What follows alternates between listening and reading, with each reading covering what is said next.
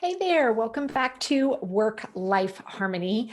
Today, I want to talk to you about perfectionism versus having high standards.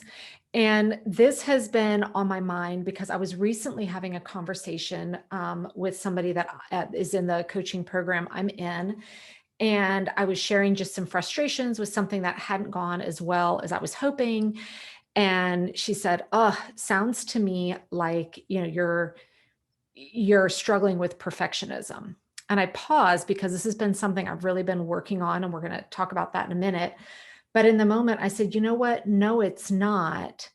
It's that I had set high standards for myself on this one, and I don't feel that I hit them.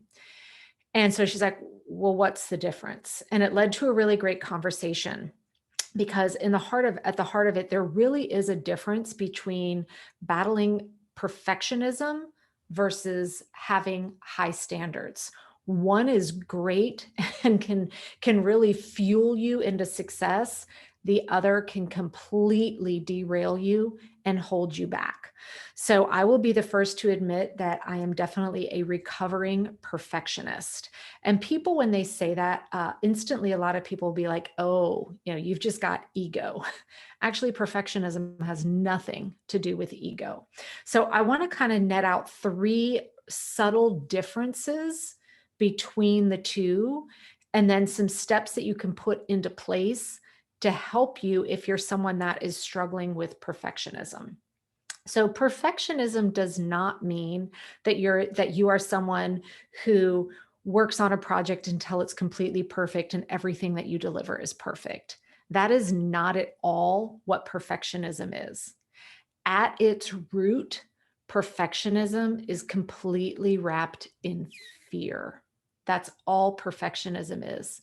It is fear of not being enough, fear of what other people will think about you, fear of putting something out and then later wishing you'd done something else. That is truly at its heart what perfectionism is. And because it is so fear based, it is what completely prevents you from moving forward and from succeeding.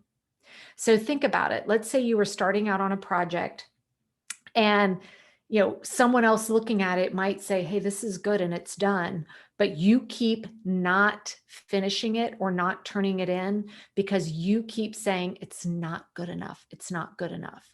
So maybe you have a desire to write a book and you've been working on it for years and the book is written, but you won't show it to anyone. You won't go reach out to a publisher or an editor or anything because you keep saying on the outside, oh, it's not done yet. It's not done.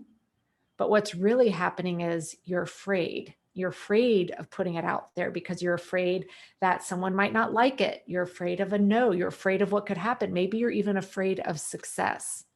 So, perfectionism, because it is fear based, is what holds us back. Having high standards is what actually can propel us forward. So when we have high standards and we say, okay, maybe you think about an athlete. Maybe you've got a standard of going better or farther or faster than the last time you competed. That's a new high standard. That's going to propel you forward to help you train harder, work harder, get to that next goal. Having high standards does not prevent you from actually doing the work or moving forward. It propels you to work harder, and maybe do those scary things that you were a little afraid to do before. Now, another subtle difference between perfectionism versus having high standards.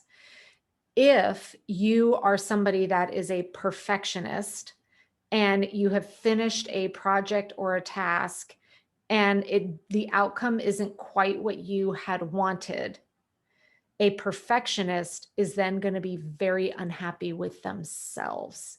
They're going to beat themselves up. They are going to internalize all of it And you're going to start having conversations with yourself, such as, I'm a failure. I'm not good enough. I'm not smart enough. I didn't work hard enough. And it becomes all about you, and you become unhappy with yourself. Now, if you are coming from a place of having high standards, and maybe the event didn't go the way you wanted, instead of being unhappy with yourself, you're unhappy with the outcome, and you're not personalizing it and making it all about you. So back to kind of the start of this conversation, when I was sharing, I was, talking about something inside my coaching group, the community I'm in, of I was unhappy with an outcome. And she said, well, hang on, are you being a perfectionist? I knew in the moment, no, I wasn't, because I wasn't beating myself up. I wasn't saying I'm not good enough, I'm a failure, I'm whatever. I was saying I'm unhappy with this outcome. This didn't meet the standards I had set. So now what am I going to do differently next time? It actually is propelling me to do things differently, to try new things, instead of paralyzing me in the moment and making me not want to move forward. So there's that subtle difference. If you find yourself beating yourself up and you're unhappy with yourself versus with high standards, it means you're just unhappy with the outcome. And when you're unhappy with the outcome, now suddenly you can shift gears and say, well, what am I going to do to change this moving forward? So if you find that you are someone that is struggling to, finish things, get things to a point of completion, or you're constantly feeling like a failure, those might be signs that you're really struggling with perfectionism and you've got some underlying fears there, as opposed to if you're somebody who's always striving to, improve and do better than last time. That's coming from a place of high standards. So what do we do as we are trying to shift out of this place of perfectionism into just having high standards and not beating ourselves up along the way? Well, one of the best tools that you can start doing right away, and I do this at the start of any new project I'm embarking on, is I take thoughtful time to clearly write out, what is my definition of done with this project? What does done look like? So maybe you want to start a podcast. Your definition of done could be, I have a name for it. I have my first 6 episodes all recorded, edited, and ready to go, and I have it approved on iTunes. That can be your definition of done. What that's going to allow you to do is, as you go on this journey of building your podcast, maybe now you learn, oh, I could also add this, I could add this, I could add this. Instead of trying to make it perfect and perfect and perfect, you can step back and say, no, I said for this initial project, this is my definition of done, and I'm going to finish it. Then I can always say, now I want to take on part 2 or phase 2 of that project and add on extra things. But whenever I am setting foot into doing something new or different, or, upping a goal, I always take the time to write down, here's my definition of done or success for this, so that when I've hit that, I can say I'm done. Now, when I'm done, I can always review it and ask myself, is there anything I want to do to make it better? Do I want to push my standard up? Do I want to change now my new definition of done as I move into phase 2, so that I can tweak it and improve it and continue to get better? Now, back to the example of an athlete, think about somebody, maybe they're a sprinter.